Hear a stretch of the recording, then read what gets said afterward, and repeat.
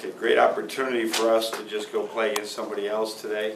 There's so many things that you can grow from when you have opportunities to just go play against somebody else. Crowd, noise, band, real officials, and I found it very helpful, and probably the most beneficial time you'll have during your early season will be the cut of the film after the first exhibition game. If you're playing a game with some good quickness and you're playing a game that you know merits you watching the film, I think that does. I love they closed the gap there a little bit in the second half, and we didn't block out the way we have to block out, and all of a sudden it was back to a game, and that's important that we understand. Just in 3 or 4 minutes, things could go south on you very quickly.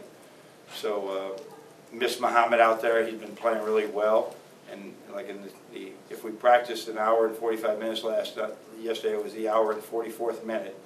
And he playing a 2-minute game. He twisted his ankle a little bit, but it appears like he's going to be fine. And then we get Duncan in foul trouble, and then he couldn't make a shot. So all those things I think are good. We still scored almost 80.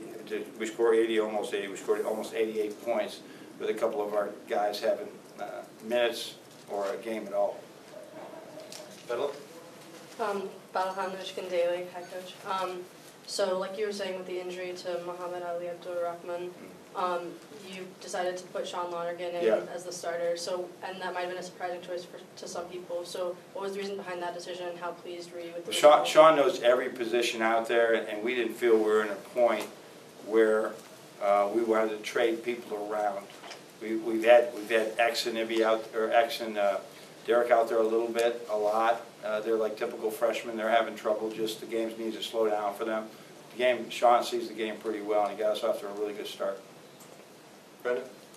With Mo getting the start, you know, what do you think that can do for him and confidence and all? Yeah, I mean he's really, you see the way he runs the floor, and he saw his skill level a couple of times too. So that's big. His development is huge. As you all know, when you have players, they're all going to develop. It's what rate that they develop at determines usually how good they're going to be, because you run out of time. And so I saw some good things. We still, you know, timing on rebound is something like he reminded me very much of DJ in his first 2 years. He was always around the rebound, just never came up with it. You see the change in DJ as we just continually work on it every day. That's the whole right now. There's so many good things with Mo though that we just got to keep playing around it. And just the sheer amount of things that he can do offensively. Today was, you know, finished both hands, and went off the bounce. Yeah. Just how difficult is it to keep him off the court, if you know what I mean? Yeah, I mean he's going to have to get out there, like you said. And his defense is much better, and he stayed out of foul trouble. He really understands that. So the big thing is right now we think he can take a lot of guys his size off the bounce. So when we take him off size, now he's got to make an educated play. That kick to the corner, I think, was to Ibby today. We didn't get it. That was what he's been working on, and that's really important. That you can play through him. You can throw him the ball in the mid area of the post too, you know, off a ball screen. Now they went under every ball screen today, and that bothered us a little bit. But we got to find ways to get him early in the ball screen instead of late. Chris? A couple things you wanted DJ to be more aggressive. Yeah. We're pretty pleased with how. Yeah. Just to get him out there, he just has never played minutes like that. I mean, he doesn't ever in practice, and usually he'd get in there for 4 or 5 minutes, and he'd make a good play and have some things that he needs more development in. So it was today, just go out there, and maybe Duncan's, you know, foul trouble was exactly what he needed in that game. So maybe he's got a long way to go, but I love how he's working. I just love how he's working. And then you talked about the fouls a little bit. How important is it that you avoid those ticky-tack fouls if you're going to be more aggressive? Yeah, it is important. I think one of the points of emphasis this year is the physical blockouts. And what they mean is it's not about hitting them with your hip and your butt and your upper arms in here. It's about touching them with your hands. And we got a couple of those calls, and we just got to be better at that. But I thought we did stay out of foul trouble, and you know, still got some steals, and we're much more aggressive. And you know, if you look at a film of us playing somebody last year at this time, it was very passive. It was stay between your man and the basket, let them run whatever they want, just contest the shot. And I think we're much more active right now. I'm really comfortable with it. Sam? Maybe he said he's felt like the game has really slowed down for him quite a bit over the last week or so. But do you have any sort of offensive role in mind for him specifically at all? Well, I think a lot of the Tim Hardaway, Zach Irvin model, not Zach Irvin model because he started on the right side, just become a really good 3 or 2 player, right? And then be able to go out and guard, and that it is slowing down for him, but it's been really sped up for him and X going forward because we're throwing him in there. We're just throwing him in there, you know, in practice, and it's whizzing by him right now. So he has really done a great job of applying some of the things. But if you saw what I saw tonight, he's got a long way to go too. But he's got a great attitude. That's all we can ask for. Come right over here with Kevin. Coach, kind of along the same lines, Derek said he thought Xavier might have been a little bit suffering from jitters tonight. Is that something you saw? What did you think of his performance? Yeah, he's like, and it's like all the freshmen. I mean, very rare do the freshmen come in and all this information, and then you're the quarterback. It's all coming at you at one time, and it just takes a minute. So I don't think it's jitters as much as you're thinking too much. You can't move, and so he's over time. We just got to keep working with him, development to get ready. Just like when a guy goes to the NBA, you know, there's a lot of work you got to do because there's a lot of language changing. There's a lot of different angles that change. Same thing when you go from high school to this level. There's a lot of stuff, and especially for a point guard. So there was probably like a bit of sloppy play, I would say, like with like unforced turnovers and some like mental errors like throughout the game. A lot more towards like this end of the second half, I would say.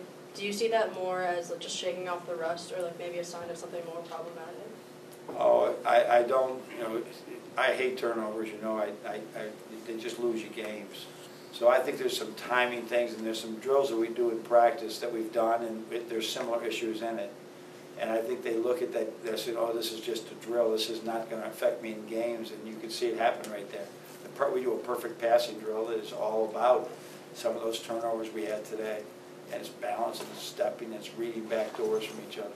So, but then I think we went for, you know, we had 2 missed dunks, and we had a couple of lob opportunities that we just, or lazy passes that they're bad turnovers. A missed dunk is a lob turnover. So we have saying, I want you to dunk like crazy whenever you want to. Just make sure it goes through the basket. And so it's a we were sloppy in those areas. You're right on. We won't be sloppy for all year long. Derek said that the biggest difference with the defense is how confident they are, and they know that they have to, you know, keep that going forward more so than ever before since he's been here. Yeah. What's been the biggest difference from a coaching standpoint, coaching defense in the offseason?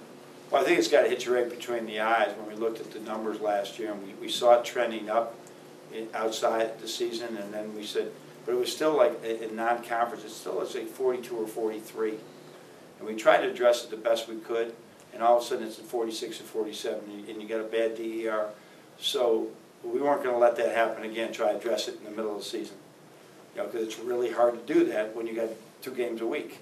So we said right from the get-go, we're addressing it all the way, and hopefully we won't, you know, have the injury issues or foul trouble where we can get guys rests in there so they can be even more aggressive. But there's certainly an emphasis on, just like every year, we emphasize different things, right? There's certainly been a defensive emphasis, but because it hit us right between the eyes last year, we couldn't change in the middle of the season, so do it early. Go back to battle. It looked like about like 5 minutes into the second half, like Armstrong State was starting to like crawl back to the game. And run, 11 points, yep. Right, and then so like there was the 10-0 and then the 11-0 run, and I think you held them scoreless for a good 7 minutes or so. Yeah. What would you amount that up to? Like, what kind of caused that? Well, we had actually played not bad defense. We just didn't rebound at all during that time, and it was all second shots, and it was all and like 2 just careless turnovers. So, just you sort of make the point that all right, that's the way you're going to be. This is the way this is going to be the game. Take care of the basketball, block out your men, and we will be able to defend them and be able to run. But when we run, we want to get. We just want to make plays. We want to get baskets, and that's basically. They're pretty smart kids. And they understood that really well today. But there's no ranting and raving. It's just calm down. Here's what just happened. You just gave up 4 second shots, and you just turned it over 2 straight times. You threw a lob to the rim that was like, you know, a dream play. It was like, the highlights are highlights because they rarely happen. You can't try to make every play a highlight play. Mark? John, you said that Duncan had foul trouble and than missed shots. Do you think those two things are correlated? I do not know, but right now he's not shooting with confidence.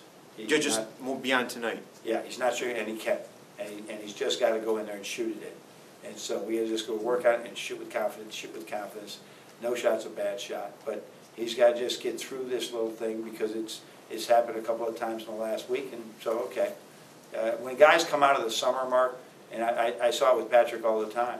When guys practice like Duncan practices, which is incessantly long, you can build bad habits. Too big of a knee bend, too slow of a release, not bad arch. And then to break that habit's harder than you would imagine. So he got to shoot game shots, and we've been trying to do it. It's almost better he didn't practice in the summertime sometimes, because if you build bad habits in the summer. So this is something, he'll shoot it out. He'll be fine, but he's got to get that. Can't beat himself up because he misses a shot. Coach, we'll close with And he's a Chris. great kid and will do it. We'll close with Chris. The first impressions of John Teske, he doesn't Yeah. hesitate to shoot. Yeah, I loved it when he just knocked that in. Beautiful rotation. He's a big boy now, and he's really had a couple good weeks of practice. So he's going to be trying to work like crazy to get one of those spots in that rotation. And what you saw from Austin Davis in just the 2 or 3 minutes, I'm trying to get Mo minutes, trying to get Mark minutes. It's really hard to do that. So, but Austin went in there. He catches everything. Austin just catches everything. And as you know, that's important for a big man. But John was really, he's just really, the game is not too sped up for him. And he's really got very coachable as well.